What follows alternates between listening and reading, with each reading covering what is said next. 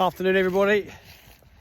Right, so today we're cutting barley a lot later than we expected. The weather's been terrible, but it looks quite nice today. Can you see it over there?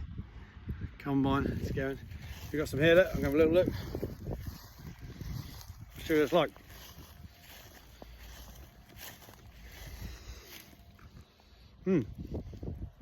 Still a bit soft, but it's looking good.